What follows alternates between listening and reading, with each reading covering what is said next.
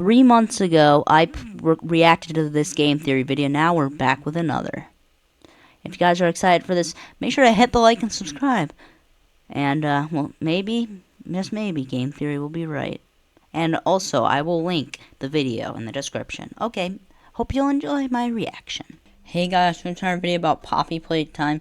We're going to be reacting to a game theory video. I guess I've missed a couple. This was, I think, before Chapter 5. Oh, I missed that one as well. What one did I watch? I watched the final twist.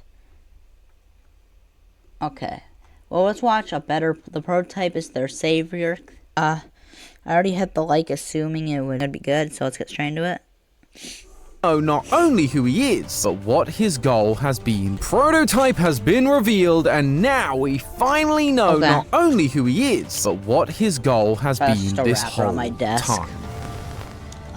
Hello, Internet! Welcome to Game Theory, the show that's ready to take you to a better place. A land full of answers and theorizing. Well, here we are again, folks. Poppy Playtime has released its latest chapter, and as usual, the Internet is aflame with people arguing over whether the chapter is good or not. Even Markiplier got in on the debate. A chase sequence is not the time to introduce a new mechanic. The vast majority of people are going to die to that. As soon as you die, it loses all of its value. But even if the gameplay might be lackluster for some, one thing I think we can all agree on that isn't lackluster is the lore. This thing is full of the stuff ready for us to chomp our way through like we're a wrong-side Altimal eating our way through a giant Bron toy. Oh yeah, Bron finally made an appearance. Why they gave him the come hither eyes is a little confusing, but nevertheless, he's here. For the main game itself, it's a lot of the classic Poppy you've come to love. We start with a chase sequence running from a broken Huggy. We lose our grab pack with the all-powerful Omni Hand. We meet some new allies in the form of Giblet and Chum Chompkins. I love him. And we learn more about the experiments, how the orphans were being brainwashed before and after being turned into toys thanks to a bunch of video recordings from a new employee, Miss Gracie. We then continue to make our way through the factory only to be trapped by another new toy, Lily Lovebraids, who turns out to be Miss Gracie. But I already knew this. Mind and has ended up isolated. Turns out the prototype, not a fan of a staff member who helped turn the kids into toys. Speaking of, this is when we finally get to meet the prototype face to face. Trust me, I went through a ton of lore in this chapter. Of the hour, and he is just as creepy as we were hoping for. He is a jester, just like we predicted, mixed with robot and human parts. He literally did make Huggy, Kissy, Catnap, and Mummy a part of him. Notice the extra arms and cape on his back. I do wish there had been a little more incorporation of the toy parts, like we saw in the Catnap statue. I would have liked to see more like that was supposed to be the idea, according to the original story director. But things change, and we roll with it. The prototype ends up breaking Poppy. We then kill Lily Lovebraids during another chase sequence. The prototype kills Huggy and Missy. We do another chase sequence to escape the prototype's clutches. We are the chase sequence game. And we reunite with Poppy and Giblet to find the data center. We then get stabbed by the prototype and dropped in a vat of Poppy gel, which is weird because that stuff literally revives us. It's better now because they fixed it, but it wasn't good. It was not good the first time playing. Well, now, this is a rather interesting turn of events.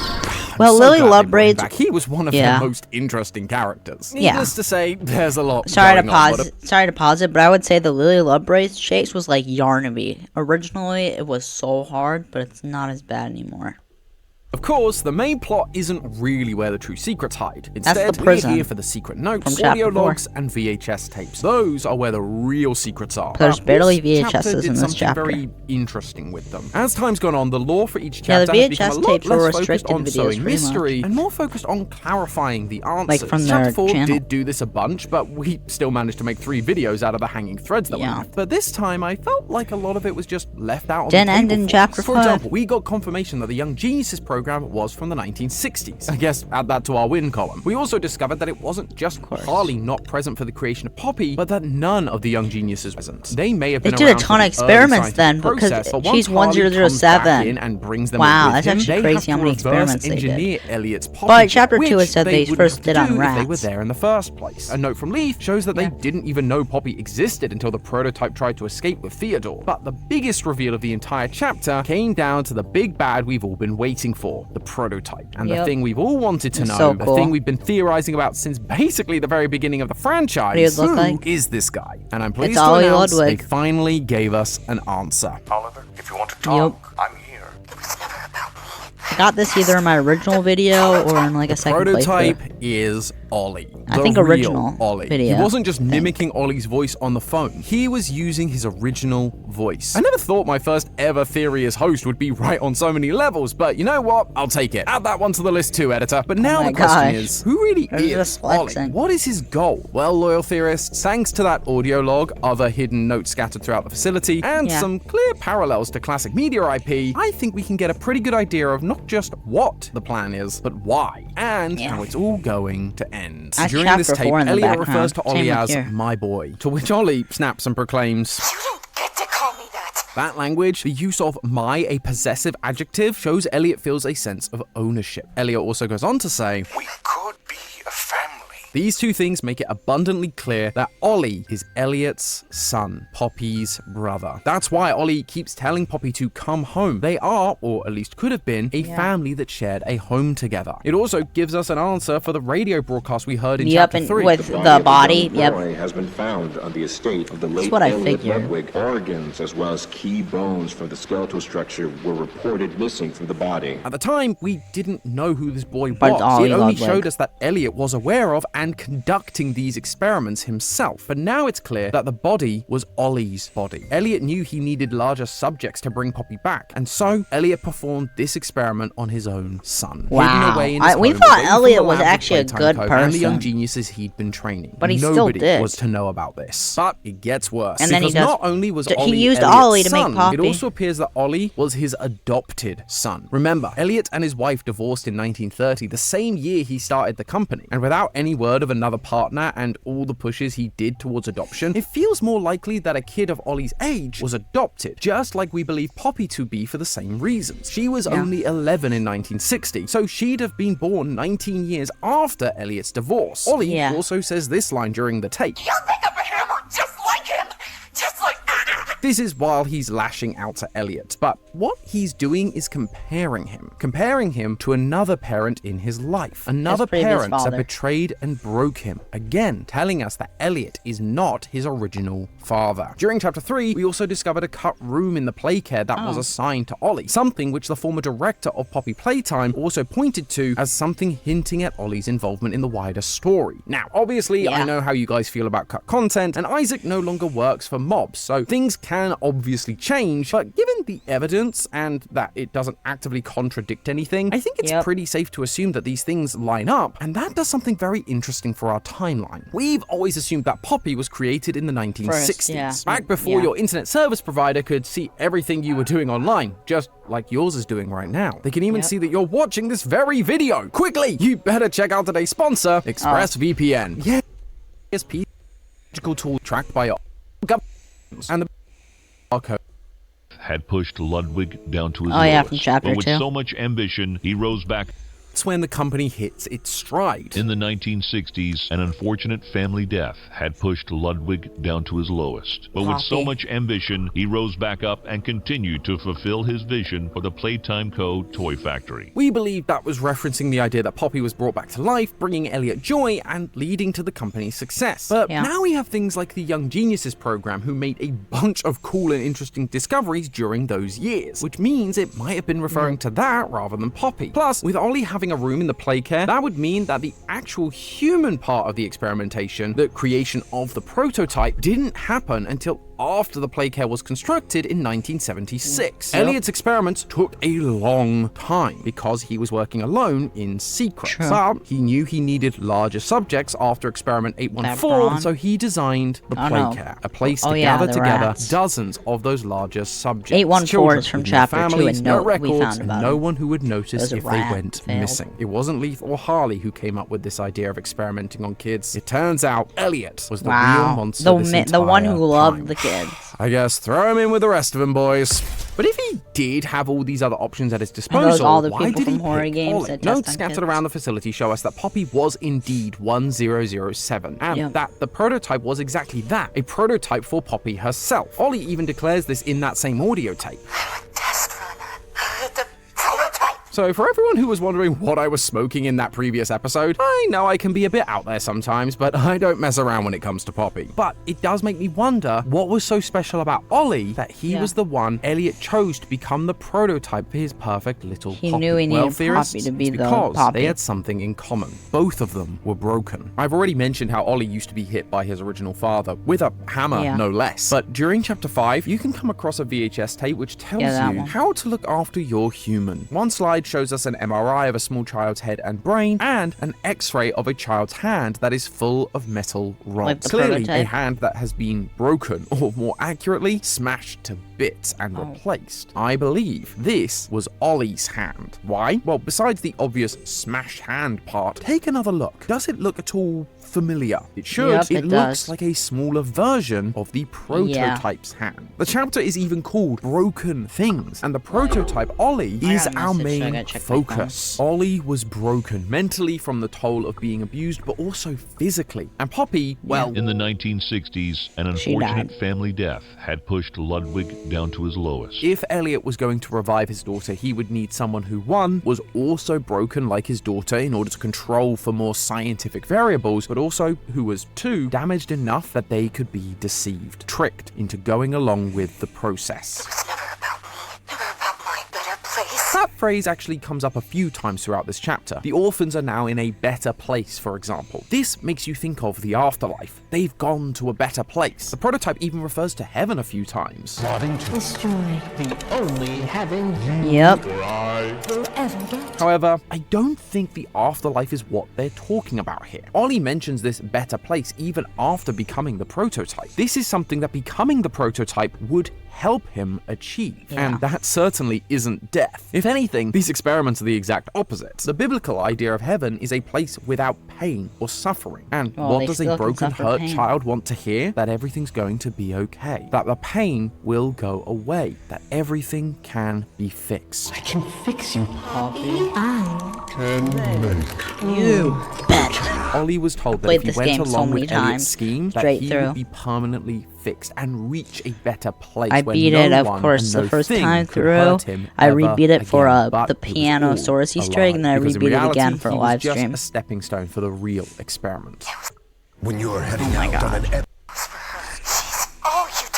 All of this finally explains the dynamic we've been seeing between these two characters. Seeing a little girl with bright red hair and then the prototype's name being revealed to be Ollie, along with the fact they're both orphans, reminded me of two musicals, Oliver and Annie. What? I'm a theater kid. Are you really surprised at this point? Anyway, both musicals star orphan children, but their stories are drastically different. Annie is discovered in an orphanage by a millionaire. She gets to live in a mansion, travel around New York City, and generally do all the cool things that come with being the daughter of a wealthy man. Oliver, on the other hand, has it pretty rough. He's raised in a workhouse and is beaten by those who run the place. Eventually, he gets out and becomes free in London, getting wrapped up in the criminal underworld. Are you seeing the similarities? Poppy gets adopted by Elliot, the owner of Playtime Co., and presumably a wealthy man, and so gets all the privileges that come with it. Annie even gets kidnapped only to be returned at the end of the musical, just like Poppy returning to her father from the grave. The prototype, on the other hand, is a kid who is beaten, raised in a workhouse, the Playtime Co. factory, and was taken advantage of by the man in charge, Elliot, only for him to escape and become involved in the evil underbelly of Playtime Co. and the other monsters that lurk down Boxy there. Boo and These Pianosaurus, and those were therefore the technically next juxtaposition after of these two Poppy that we characters know is of, there at to least. highlight exactly why the prototype Boxy was is the doing first all of successful this. one by Harley. He was lied to so that Elliot could get what he wanted, and what Ollie wanted was thrown to the wayside. And so, to some degree, the prototype hates Poppy. She had everything so easy. She was who Elliot really loved. She was the reason his life was ruined further. The reason he never got his better place. If Elliot hadn't loved her so much, maybe Elliot would have just adopted him and they could have been happy. But that wasn't what happened. And if he wanted his better place, he was going to have to take it for himself. In the note from Leaf Pierre that mentions that he only found out about Poppy and the prototype because of the Theodore incident, he also mentions something else we found down there. Elliot's body. This lines up with a confidential report we saw all the way back in the chapter 3 prototype where an killed him. employee was found dead multiple weeks after they had been killed by multiple puncture wounds. At the time, we thought this was Rowan Stoll because that's who the chapter 3 ARG was really focused on. However, Rowan was eaten by Boxy Boo, not killed and then spat out. The prototype, however, doesn't eat his victims. He doesn't need to eat despite having a digestive tract. Instead, Instead, he has a habit of, well... I read that in the orientation book about Rowan's doll. Oh yeah, if he's the doing hand that too. to those who betray him, how much more likely is he to have done it to the man who betrayed him the most? He killed Elliot out of rage for what he did. He then tried to escape, leading to him working with another orphan, Theodore. Who knows, maybe they were friends in the play care before all of this. Theodore gets badly injured, and though the prototype could escape, it was at this moment he realized freedom wasn't the answer. Theodore had been hurt, like he had been hurt. Elliot promised that there was a way to end that hurt, that a way to do that did exist, but the prototype wasn't going to find it out in the real world. He knew what the outside world was, and it wasn't his better place, especially looking like this. So he stayed behind, returned Theodore to the Playtime Co staff, and was discovered, along with Poppy and Elliot's body. Now, he just needed to figure out how to not only save himself from eternal pain, but also everyone else. Unfortunately, this led to Playtime Co realizing what Elliot was doing. Theodore was a lot earlier on because they brought in Harley they get Sawyer, to experiment started the 1 Bigger for Bodies Initiative, what, and in 6-8 turn was caused Lily more Love Braids, and orphans to technically she was suffer. after the hour were joy. lying to the kids. They weren't leading them to their better place, so the prototype plans the hour of joy, but doesn't let anyone leave. The toys that are here, they were broken, hurt, and tortured by Harley and his team. The Dog orphans Day that Doughy, remain, Kissy they are Missy, broken like he Catnap. was. He's going to fix them. Deliver on the promise Elliot gave him long ago. A heaven, a better place. That is what he's now doing. Lily jokes that Poppy doesn't know what happened to the orphans. And while in the CG5 song we do see the orphans as humans, in that same video we see the prototype working on more experiments while the song says, I can make you better. Clearly, he has been turning them into toys and continue the experiments just like everyone else, all with the twisted idea that he's helping them achieve something better, immortality. Although he may be running around screaming at us and Poppy about how it's all for this What about the inside animals? cause. But in reality, there's another reason he's doing all of this. The reason he wouldn't let the orphans or the toys go is because he's lonely. Okay. I've listened to that one as well. I haven't listened to every single one though. I think in my stream I got 7. They are the ones made by Elliot. They were made different. But if they're immortal, being alive forever gets lonely when everyone you know abandons you or dies eventually. Ollie is an orphan. Loneliness is something he's oh too familiar with, being abandoned by his parents and then his adopted parent, Elliot. He doesn't want to be lonely again. He wants Poppy to come home and to turn the other orphans and toys into immortal beings like him. That way, he'll never be lonely or abandoned again. That is Ollie's heaven, his better place, a physical location deep in the facility where they can be together forever. Notice the capitalization of the words. That's why he kills anybody who betrays him. They are leaving him, abandoning him like so many before. Honestly, the whole thing is kind of giving Frankenstein. In that classic story, a mad scientist is seeking resurrection and immortality. They create a monster using the parts of multiple dead bodies. Once it's made, they then reject the monster, leading to the monster feeling completely alone. Sounds just like the prototype story, right? A monster made up of many toys, bones, and machines, rejected by their creator. Both creators also used electricity to bring them to life, as we saw with Experiment 814. Heck, Mob even used a direct quote from Frankenstein during the Chapter 5 ARG. With a glimmer of the half-extinguished light, I saw the dull yellow eye of the creature open. But it gets real interesting if you follow it up with the Universal sequel, The Bride. I've seen the same The Bride as a character was never part of the original Frankenstein novel by Mary Shelley. She was a creation of Universal entirely, but she's become more entangled in the lore since. The Bride was made, but while she was seen as a monster, she looks far more beautiful, more perfect. Then when the Bride sees the original monster, she rejects him. Elliot continued his experiment and made Poppy, who is the perfected version of the prototype. She then rejects the prototype and his message. There's also another character called Dr. Pretorius who wants to continue Frankenstein's work, which could very well be an allegory for our favorite Doctor, who just so happened to show up at the end of Chapter 5. Well, now, this is a rather interesting turn of events. But why do I bring this up now? Well, it's because of how it all ends. In the end, Frankenstein, the Bride, and Dr. Pretorius are all inside the lab. But after the Bride rejects the monster decides that none of them are allowed to leave. He pulls a lever which blows up the lab with all of them inside. That is how I think this is all going to end. Yeah, it's simple, maybe a little predictable, but if it's done right, it could be really effective. The Doctor has just been resurrected. excited, and it looks like he's going to be helping us in the next chapter. He's never particularly liked the prototype. He only worked with him because the possibility of continuing his work intrigued him. Poppy has wanted to blow up this place from the start to kill the prototype, which leaves us with the prototype, a selfish and broken child. If he can't have Poppy and the better place he always wanted, then no one can. He's not going to let Poppy and the Doctor escape after they've betrayed him again. And so, I think these three will end up in some kind of all-out brawl, bringing down the factory and themselves with it. And what about us? Well, in the Bride of Frankenstein, Frankenstein, the human, not the monster, is actually allowed to leave before the whole place comes tumbling down. The human survives. So, on a happier note, I think we too are going to be allowed to survive as well. We're an innocent party in all of this, really. The prototype may not like it, but I think with everything Poppy's put us through, she might finally come in clutch. Maybe she'll sacrifice herself so that we can escape. But don't go thinking that when I'm saying the end, I mean the end of Poppy Playtime. I just mean the end of this spin-offs story. In an audio log, we learn of a Tokyo factory location and a theme park location. So there's definitely going to be plenty of opportunities to continue this story in those spin-off locations. But hey, that's just a theory. A game theory! Thanks for watching. World premiere on Game Theory. I have solved who Poppy Playtime's prototype really is. Okay. Well, I'll react to the second, not this, well, I could react to this one, but it's probably outdated. Like the other one that just came out like today or something, or maybe it was yesterday, I don't remember. Well, I can react to that if you guys want. If you guys enjoyed, make sure to like and subscribe. Last time it was actually like a week ago. So I got a good amount of views. Got more than this one from like almost a month ago. Well, only like a couple weeks, so 20 days, because it's March 27th when filming this. But actually my video got like 272 views, I think. It was something like that last time I checked. When I reacted to Game Theory's last one. Not great, but decent for my channel. So if you guys enjoyed, make sure to subscribe. I'll link the original video down below if you want to watch it. Okay, bye now.